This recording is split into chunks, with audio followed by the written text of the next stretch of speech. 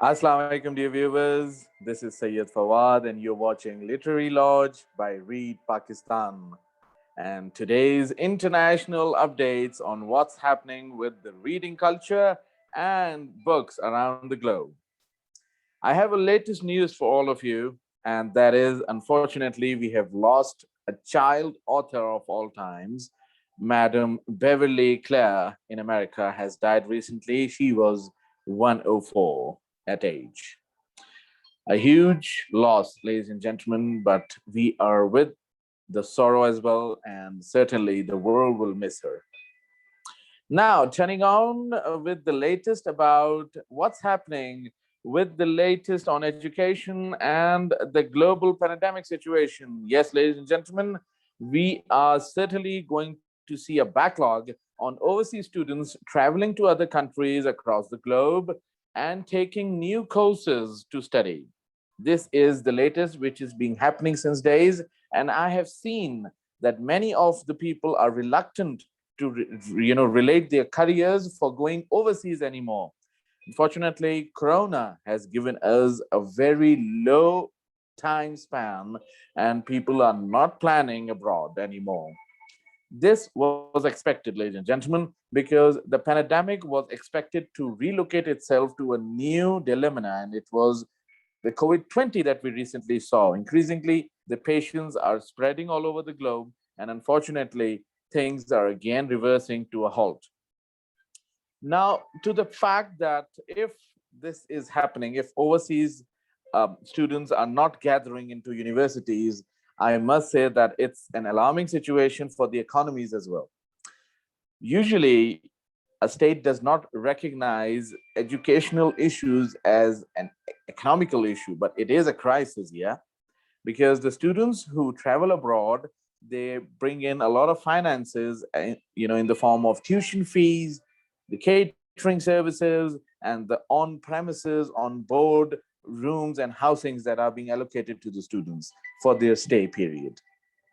What used to happen is that people used to come to different countries, gather all together, different cultures, sitting all together to learn one piece of subject. And they used to exchange their cultures with each other for 3 years, for 5 years. Many of them, if they are in the, especially in the medical profession, they used to take more than 8 years as well. So now things are changing, ladies and gentlemen. We are becoming more webinared than being more physically present in the classrooms, and that also in other countries. Now, coming back to the solution, what should be done? What can we do? Of course, we need to be enrolled, and of course, we need to follow the subjective studies. But this doesn't mean that we lose hope. This is my message, ladies and gentlemen, through my program. We cannot lose hope in this situation. Corona was a big surprise to us. That's true. But the after effects are the real challenges that we need to face. What are we going to do about it? Yes, we are going to face them, and we are going to face them with integrity. This is our sole motto. I always say this to my viewers that we cannot lose hope, and we certainly cannot drop books because of a pandemic coming into our way. No, ladies and gentlemen, that is not certainly the solution. Pick up a book today, read about it, and that's what we need to do, empower our knowledge and wisdom. With that, let me recommend a latest book that I got in hand and I'm reading it nowadays.